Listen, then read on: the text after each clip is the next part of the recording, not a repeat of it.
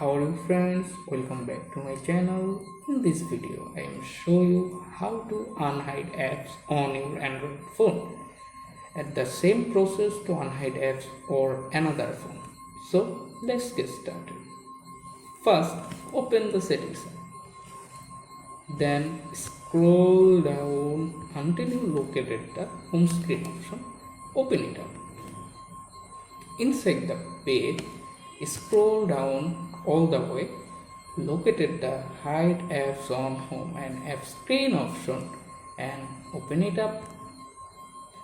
Here you can find the hidden apps section top of the menu bar.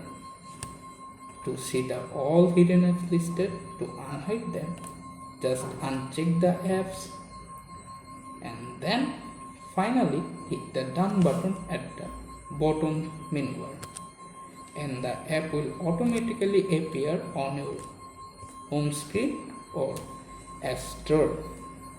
Thanks for watching.